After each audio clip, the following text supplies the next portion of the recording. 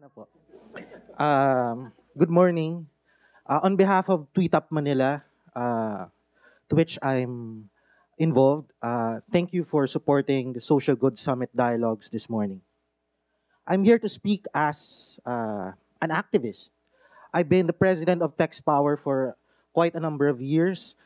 This month, we celebrated our 11th year as a consumer advocacy group.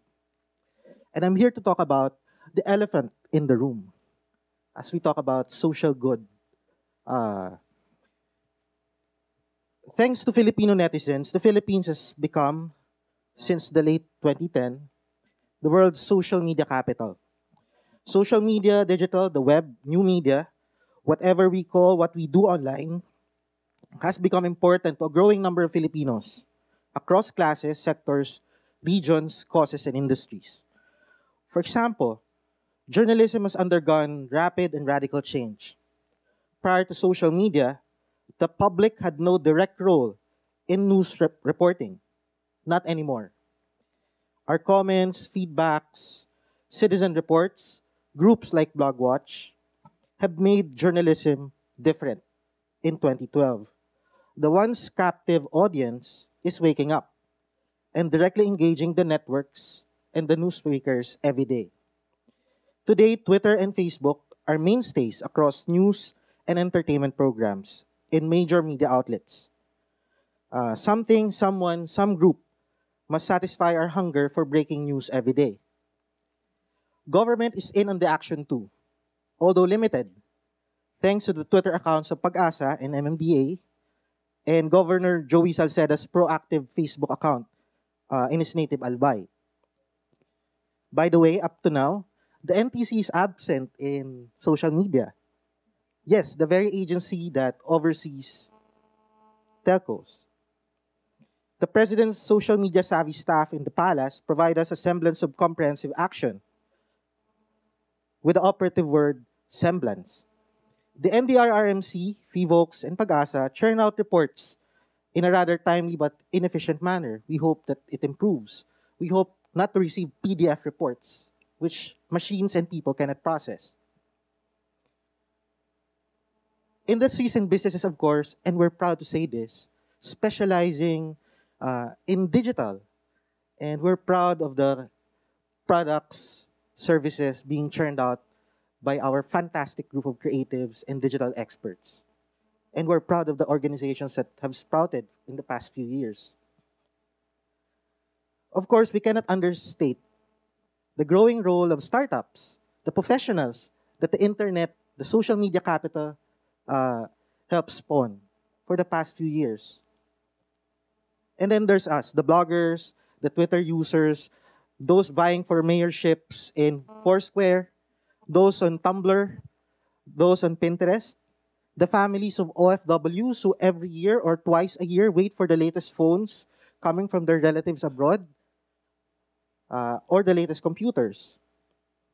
And then there are the kids. The kids today who are born, who are digital natives, born,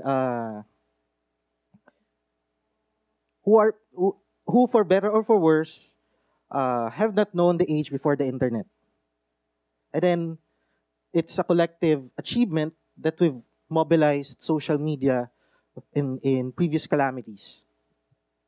Imagine just for a moment how we achieved all this in the past few years.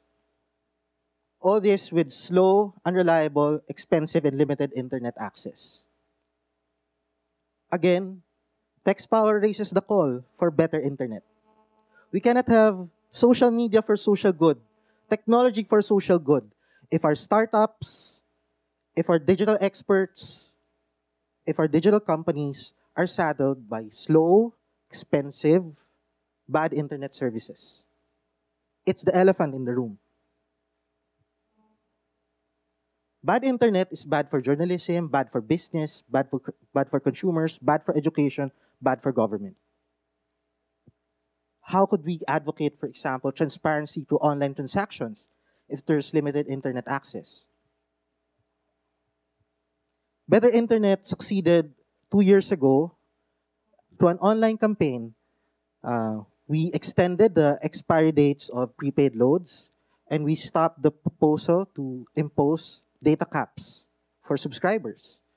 It was a welcome achievement, and we're all proud of that achievement. But more things have to be done. I think deep inside our hearts, we believe that the internet is not a commodity. It's a public utility, internet access. Because if we believe that internet access is a utility, it is imbued with a it is imbued with a public trust. And we in TextPower believe that the internet must always help businesses, the government, and the public achieve their personal goals. The internet is an enabler. So if we have better internet, we could do many more things. So what could we do in the years forward? What could we do to make social good a reality? So today, we challenge President Aquino to achieve, hopefully in the next few years, universal internet access for the Philippines, starting with all national and local government offices, public schools, public hospitals, state colleges, and universities. If we're talking about social good, the first social good that the government could do is to not leave any Filipino behind. And as a consumer group, we have to say this. We've always complained of bad services. We have always complained of slow internet. We have to say something about monopolies. Monopolies are slow-moving, slow-changing creatures. And it's a big stumbling block to progress. So it's about time the government, instead of implementing a cybercrime law, maybe they could adopt an anti-monopoly law. Anyway, better internet for the past few years has moved from a hashtag to a movement, and it hopes to enable you. It hopes to enable your ideas to bear fruit and to be more effective. The single yet most self-rewarding and yet likewise most generous task of netizens is to fight for better internet. It's fighting for our own interests right now as the connected citizens, and it's fighting for those unconnected, the 2/3 of the country who are waiting for internet connection. And with better internet, we get a more effective tool to bring about social change and social good, wherever we may be, whatever we may do, and across the country. And that, my friends, is a story of the big elephant in the room. Thank you.